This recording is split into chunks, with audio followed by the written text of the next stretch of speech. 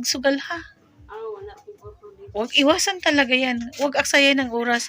Yung oras na dapat mong magtanim-tanim ng mga gulay-gulay, ha?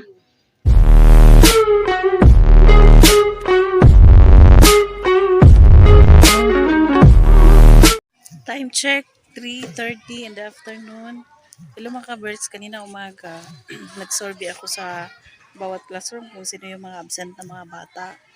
So, Lunes pa naman ngayon, kaya yun naman dating problema ko yung bata na may malaking agwat ng edad, na grade 1 pa rin, pero wala sa klase. Kaya nakita ko yung nanay niya kanina, kinausap ko, kasi napunta dito sa opisina. So, yun na nga ang problema, kailangan nating bisitahin kasi ayaw na pumasok yung bata. Siguro nahihiya siya, at sa kanyang edad ay grade 1 pa rin, pero kailangan nating pagtuunan ng pansin upang matuto siyang bumasa para sakali na gusto pa niyang mag-aral, idaan natin sa ALS. No, at least makagraduate siya ng grade 1. Kaya bisitahin natin habang may oras pa, puntahan natin. So, may dala akong modules para sa kanya mga ka-birds kasi para pagbisita natin doon, mapabasa-basa man lang natin. O, yan na pag-usapan namin, napagkasunduan na na lang, i-modular na lang yung bata. So, halika mga ka-birds, samahan nyo akong puntahan yung bata. Ito na tayo sa bahay nila mga ka-birds. May tugtugan pala dito. Sana nandito na sila. Tao po! Tao po! Ay, naninda ka pala. May tindahan ka na. Okay, may hapon. Nasaan si Rinante? Ay, natulog. Ba't natutulog? Maaga yatang nakatulog. Hello, bebe. Yun yung youngest mo? May maliit na bata. Rinante, asan ka na? Ba't natutulog? Ay, tulog na tulog. Ako siya Sa dagat. Ay, naku. Sumama pala sa dagat. Kaya hanggang ngayon tulog. Anong oras pala umuwi? Diyos ko, kawawa. 12:00. Huwag na lang kaya muna nating gisingin. So, nagdala ako ng module para sa kanya mga ka-birds para mapabasa ko siya. Ang nangyari pala, sumama pala kagabi. Kagabi, anong oras umalis? 2:00 Ng sa Kadlawan. madaling araw na uwi. Opo. Anong oras umalis? 2:00 na. 2:00 ng hapon, umuwi naman ng 2:00 ng madaling araw. 2:00 ng gabi. Pagkatapos, umuwi sila ng 11:00 na. Marami ba silang siyang kuha sa dagat? Liit lang yun. Ayun ito mga ka-birds. Ang nangyari, ang nais ko pa sana ngayon, magpabasa-basa to sa kanyang module. Magbasa-basa kami. Pababasahin ko siya. Ang nangyari, tulog na tulog pa. Tulog na tulog pa kasi kagabi, yan tingnan yung bata, kawawa. Kagabi, kahapon pala, 2:00 ng hapon at saka 2:00 naman ng madaling araw na uwi. Siya na naghanap buhay. Magkano ba kita niya? Sa isang araw, ma'am, 150 lang po. Sa isang araw, yung kita niya 150. Saan naman yung 150? Anong pinagkagagamitan? Bumili namin ng bigas. Binili ng bigas. Siya lang ba naghanap buhay sa ngayon? Sakay lang, ma'am. Minsan, kagabi lang siya nasama. Pero nung piyesta, saan siya nung piyesta? Dito lang po sa bahay. Paano ba naman yan? Paano? Nalulung na siya sa hanap buhay. Batang bata pa siya. Ayaw na niyang pumasok sa school maliban sa agwat ng kanyang edad na dapat grade 6 na siya. O diba? 12 na? Opo. 13 na, ma'am. O mag-13 o grade 7 na siya.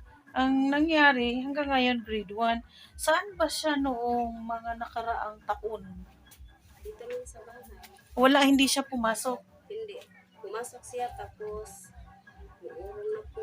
Pumasok, hinto naman. Pasok, hinto naman. Opo. Sa haba-haba ng panahon, bumalik siya. Di ba, pumunta ka doon sa akin sa office kasi gusto mo na yung Oo, papapasok nagsasabi uli siya yung sa bata. akin na pumunta siya. Oo. Pupunta na siya ng Pumasok na siya. Ngunit nung naano niya na talagang malaki na yung agwat niya, medyo nahiya na, ayun na, nagka-problema naman kaming muli. Tapos dahil nga sa kahirapan, siguro sa pangangailangan, yung problema niya, wala silang baon, 5 piso lang, at 3 silang magkakapatid. Kaya na divert naman yung isip niya sa paghahanap buhay.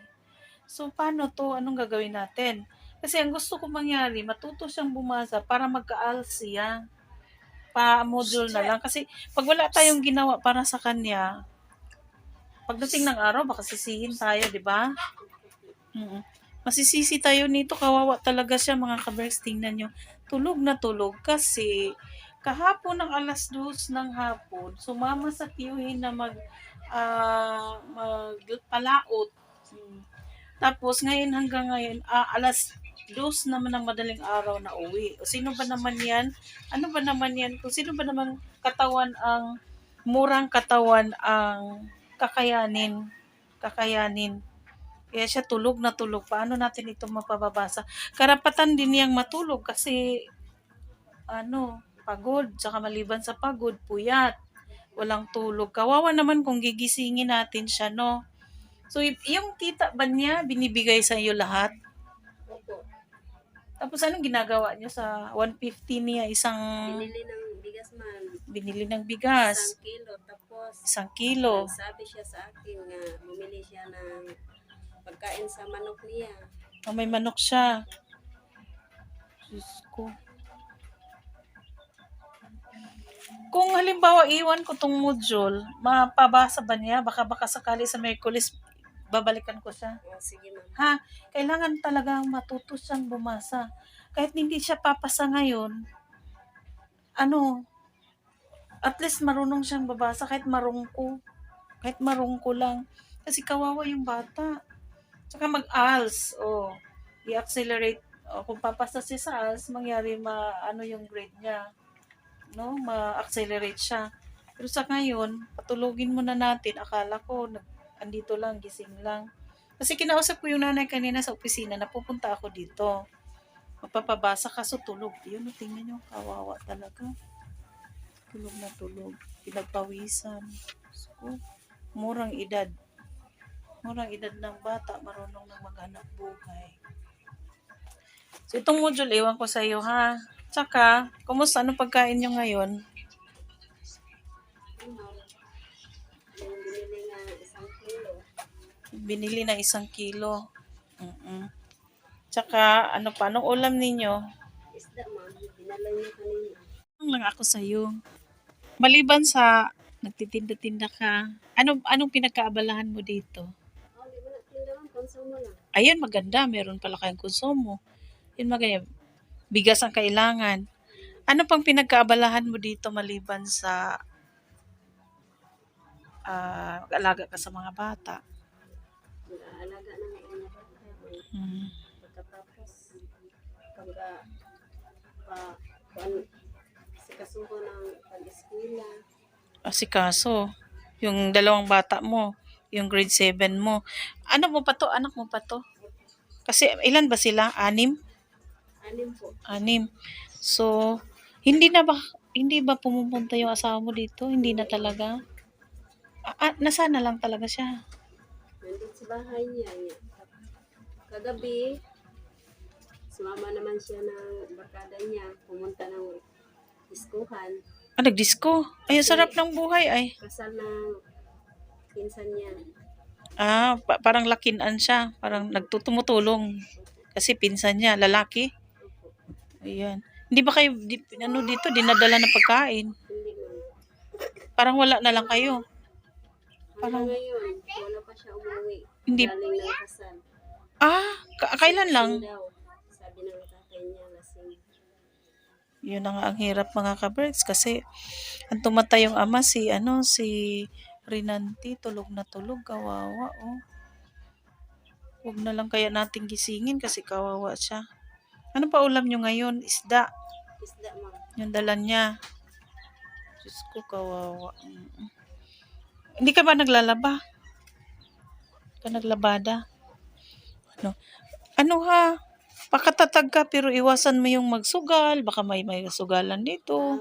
Yan, sugalan man pero sa akin, wala po ako Ay, hindi ka ganun. hindi Iwas po ka ako ha. nagsusugal. Oh.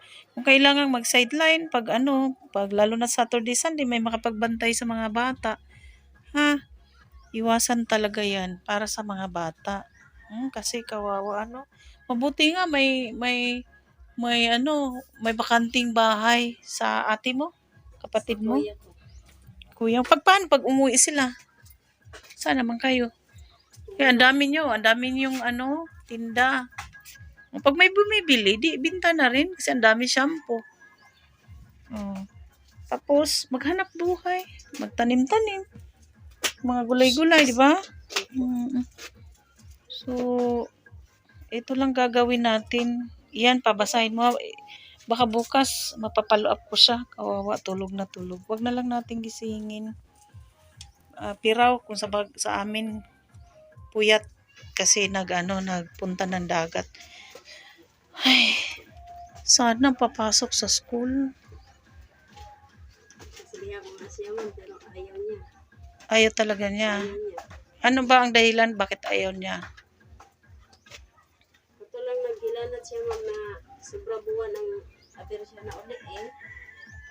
Nilagnat siya. Niya, pauliin niya, ako siyang giingnan, nga mabalik na kapag eskwela. Tapos, ayan eh. Ay, nahihiya na.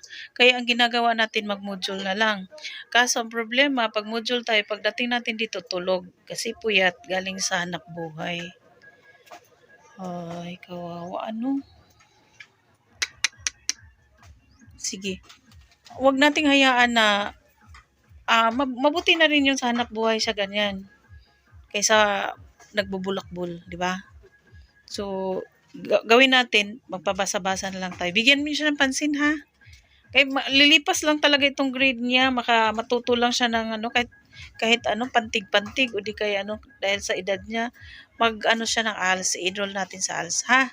So pagpasensyahan mo na tong konting pambili ng bigas din. Bigasan ang dadalhin ko, kaso hindi ako nakauwi. May meeting kami. Tapos may dadaanan pa ako doong matanda.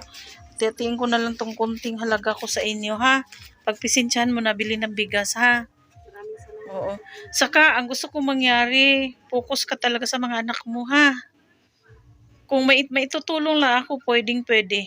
Ha? Kung pwede nga lang. Sana, mga ka-Berks, sana suportahan ninyo ang aking channel para mas matutulungan natin ang pamilyang ito na naghiwalay mag-asawa, tapos si Rinante yung naghanap buhay, yung bata. Sa murang edad niya, natuto na siyang maghanap buhay. Kung makita ninyo, kawawa talaga sa kanyang edad, ang payat-payat, tapos nagpalaot kasama ng kanyang tiyuhin. Pumunta ako dito para papabasa sana sa kanya, kaso tulog na tulog. Huwag natin siyang disturbuhin kasi yun na nga, sabi ko kanina, alas 2 ng hapon umalis, alas 2 ng madaling araw na uwi. Kaya huwag kang mawalan ng pag-asa. Tulungan mo mga anak mo pagbasa. Pati ito, pabasa-basahin mo na lang. Anyway, bata ka pa naman, no? I-focus mo muna sa mga anak mo yung oras mo, ha? Kung sakali, hindi naman natin maiwasan na kailangan talaga nating mag-unwind o di kaya bigyang panahon ng ating sarili, huwag yung magsugal, ha? Wala po ako dito. Huwag iwasan talaga yan. Huwag aksayan ng oras. Yung oras na dapat mong magtanim-tanim ng mga gulay-gulay, ha? Para naman makakain ng gulay yung mga bata. Kasi tingnan mo malnourished talaga, liliit. Pati si Ranente, ang liliit. Pati itong maliit na bata, ha? Importante hindi kayo malipasan ng gutom, ha? Saka may tugtugan sa kabila. Sa pinsan ko po. Sige, ha? So, babalik ako muli. Tapos, ipapabasa ko yan. Baka mapunit, iwasan, ha? Kasi sa susunod, magdadala naman ako ng module. Okay, thank you. Salamat sa inyong support, mga ka-Berks. Sana matulungan natin ang bata para sa kanyang kinabukasan.